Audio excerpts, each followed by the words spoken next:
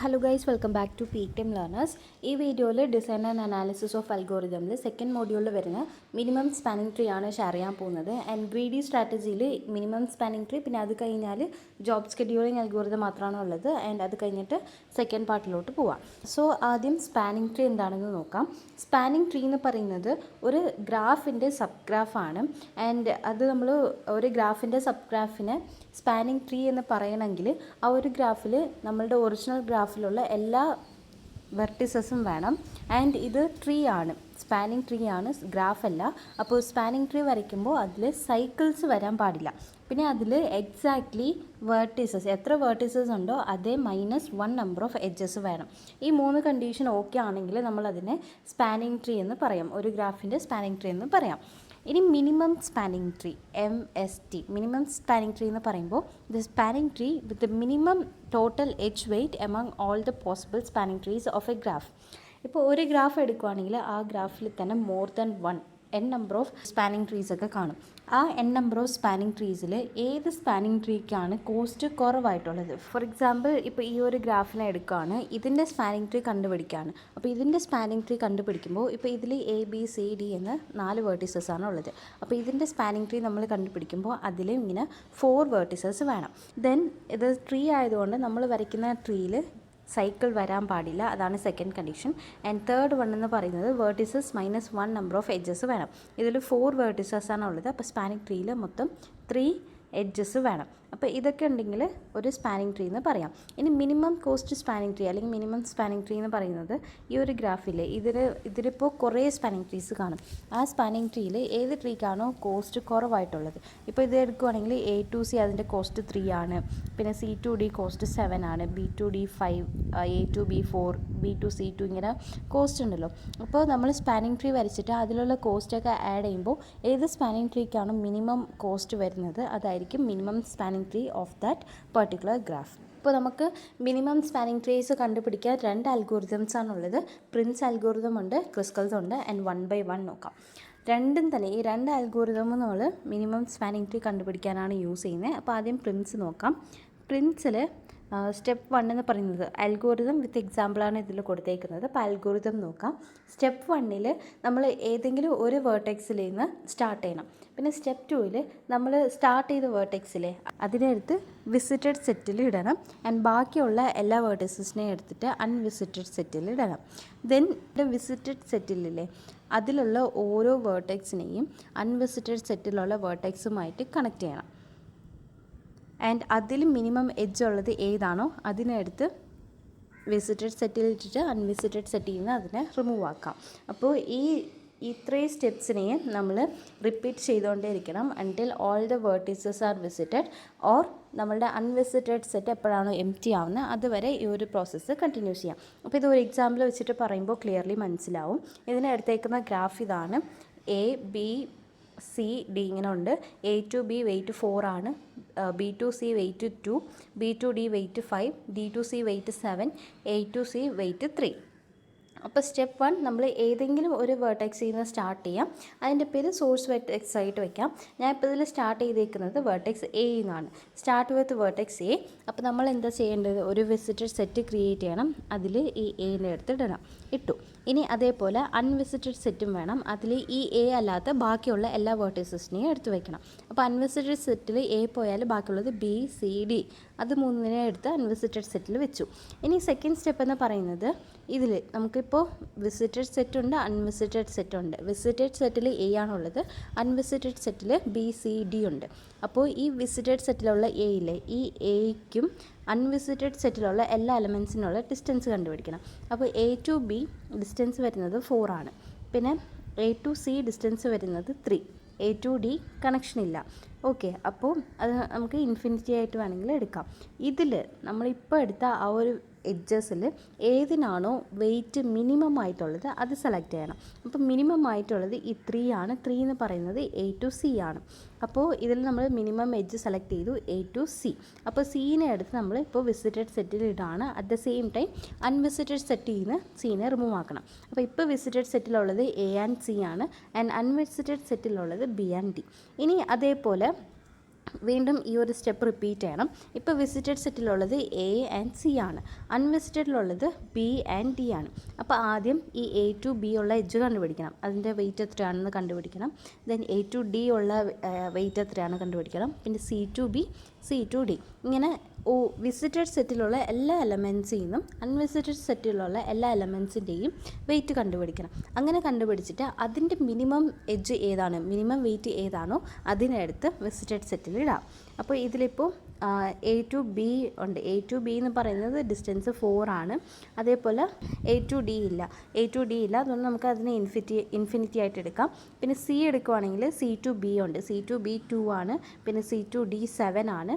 A to C നമ്മൾ already എടുത്തു, അപ്പോൾ അത് കൺസിഡർ ചെയ്യേണ്ട ആവശ്യമില്ല. അപ്പോൾ ഇപ്പോൾ നമുക്കുള്ളത് 4, 2 ആൻഡ് 7 ആണ്. ഇതിൽ മിനിമം 2 ആണ്. 2 വരുന്നത് സി ടു ബി ആണ്.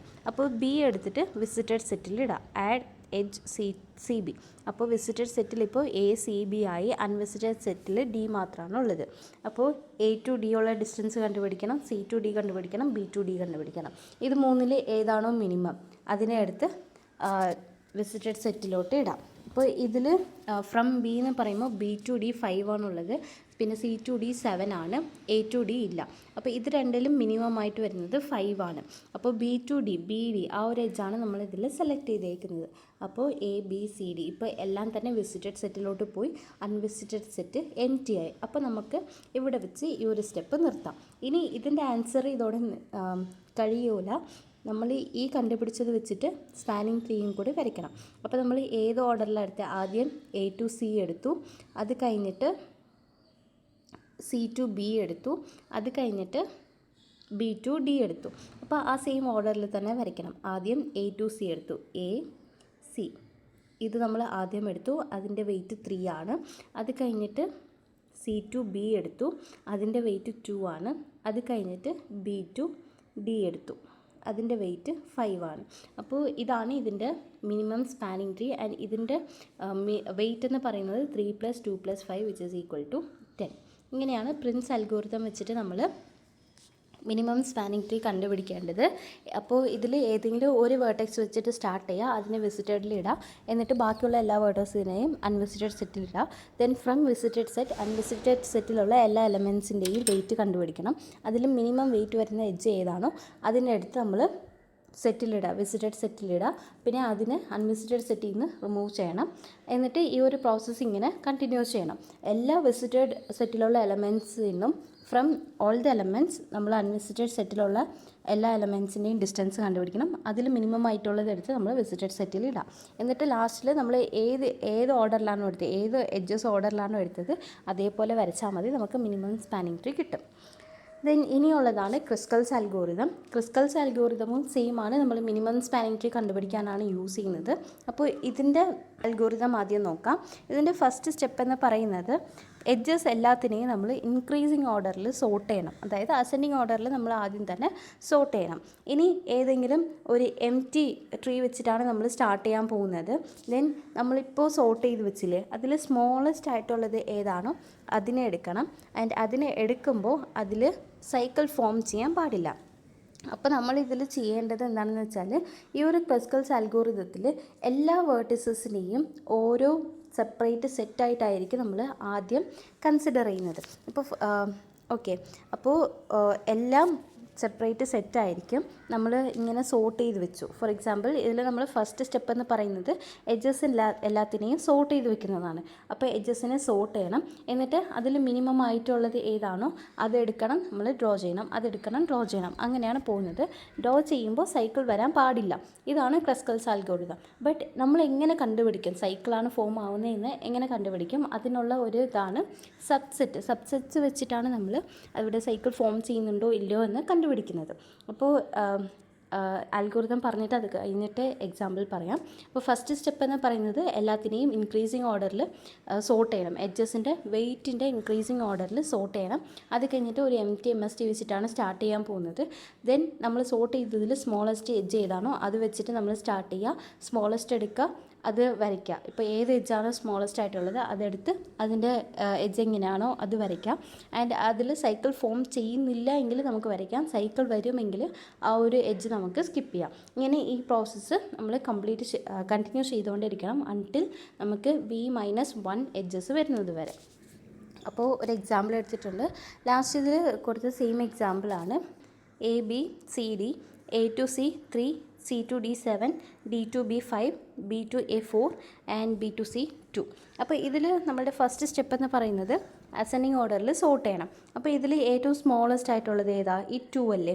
അപ്പോൾ 2 B2C ആണ്. അപ്പോൾ B2C ഫസ്റ്റ് എടുത്തു, അതിൻ്റെ വെയിറ്റ് 2 ആണ്. ആ 2 പോയാൽ അടുത്തുള്ള സ്മോളസ്റ്റ് A2C ആണ്, അതിൻ്റെ വെയിറ്റ് 3 ആണ്. അപ്പോൾ സെക്കൻഡ് A2C എടുത്തു. അത് കഴിഞ്ഞ് 2, 3 പോയാൽ അടുത്തുള്ളത് 4 ആണ്, അത് A2B ആണ്. അപ്പോൾ A2B 4 എടുത്തു. ദെൻ 5 ആണ് B2D, അപ്പോൾ B2D 5 എടുത്തു. ദെൻ 7 C2D 7 അതും എടുത്തു. അപ്പോൾ ഫസ്റ്റ് സ്റ്റെപ്പ് നമ്മൾ സോർട്ട് ചെയ്യണം ദി അസെൻഡിങ് ഓർഡർ. എന്നിട്ട് നമ്മളിപ്പോൾ ഇതിനെ എടുത്ത് വരയ്ക്കാൻ പോവാണ്.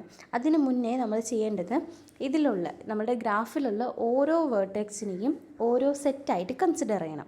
ഇപ്പോൾ ഇതിൽ 4 വേർട്ടെക്സിലേ ഉള്ളത്. അപ്പോൾ ടോട്ടൽ 4 സെറ്റാണ്. A ഒരു സെറ്റ്, B ഒരു സെറ്റ്, C ഒരു സെറ്റ് ആൻഡ് D ഒരു സെറ്റ്. ഇങ്ങനെ എല്ലാത്തിനെയും ഡിഫറെൻറ്റ് സെറ്റായിട്ട് കൺസിഡർ ചെയ്യണം.